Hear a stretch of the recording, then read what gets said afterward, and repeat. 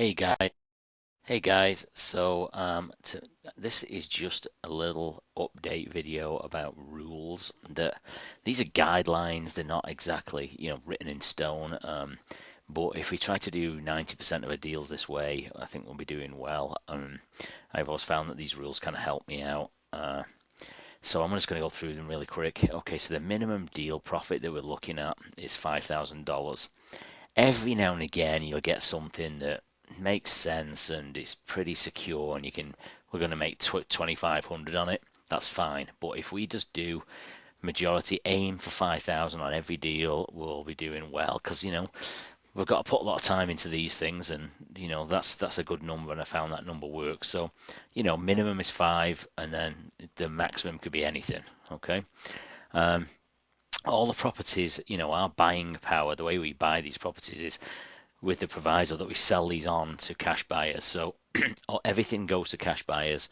We don't, I'll be dealing with that anyway, but just so you know, we don't sell anything on to retail buyers who need financing through banks and stuff. Too slow and just unpredictable and stuff. If a retail buyer can come in and pay with cash, then fine, but mainly we sell to cash buyers. All contracts must have zero contingencies in them. We've put contingencies in the bottom of the contract that we provide in this mind map just to cover ourselves so we can actually back out of deals if we can't get going on them. Okay, so also the properties must be, for now, this is in the northern Boston area, so anywhere from basically Boston up through New Hampshire. We don't want to go way up in New Hampshire. I think like Manchester's probably the highest I'd like to go. In Manchester, and then southern Maine, so York County, and then up to Portland, the whole Portland area. That's kind of as high as we go. And we're getting a lot of leads up in northern Maine.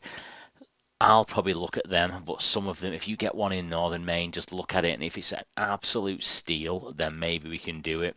But it's really hard to find buyers up there, so that's the key. We want to try and focus the deals in the areas where we know there's good cash buyers and stuff.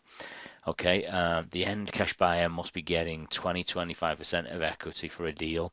So if the house is, after it's fully repaired, is worth 100,000, we want to be giving the cash buyer, selling it to him for 75 around there. So for us to make our 5,000, we want to be getting it plus closing costs around 60,000, 62, 63, 64. Sometimes that's really hard to do, sometimes it's not. Those are the needle in haystacks ones. That's why we kind of do lease options as well. The property must also, if must be a monthly cash flow of, I'd say 150 to 200 minimum a month. You'll see in the cash flow analyzer, the deal analyzer template, that's kind of what you want to aim for, because it just gets too tight if you have someone leave for 3 months, and then that just blows that away if it's tighter than that. So that's kind of why you want to do it for 200. Aim for that. A deal must have a minimum of 10% cash return, or for the end buyer, which is cash on cash return, which kind of shows up also in the deal analyzer over here. So we have to be getting it 3% better than that, 13%, to make some money for us, so that's that. Then a chunking estimate, which is basically rounded up to $5,000. I'm a general contractor. I've been doing this for feels like 100 years, but we round everything up to 5,000. I'm going to do a full video on estimating repairs. So it'll be either 5, 10, 15, 20, 25, like that. So that's kind of how I do that, and it just helps out. It's quicker. It's you don't have to really put a lot of thought into it, and it also helps me negotiations when I go on back and renegotiate, because sometimes I can knock some of that money out, or I can't. Okay. All deals must be closed in 30 days with a due diligence period of 14 days. So, for example, if you get a contract signed on the 1st, the inspection period is till the 14th, and the close date to the 31st. What I try to do in the marketing is say that we can close within 2 weeks. What we don't tell them is it starts after the 14-day inspection period. So, sometimes we've even done this where we get it under contract on the 1st. We know it's a great deal. We get a cash buyer straight away in the first 2 or 3 days.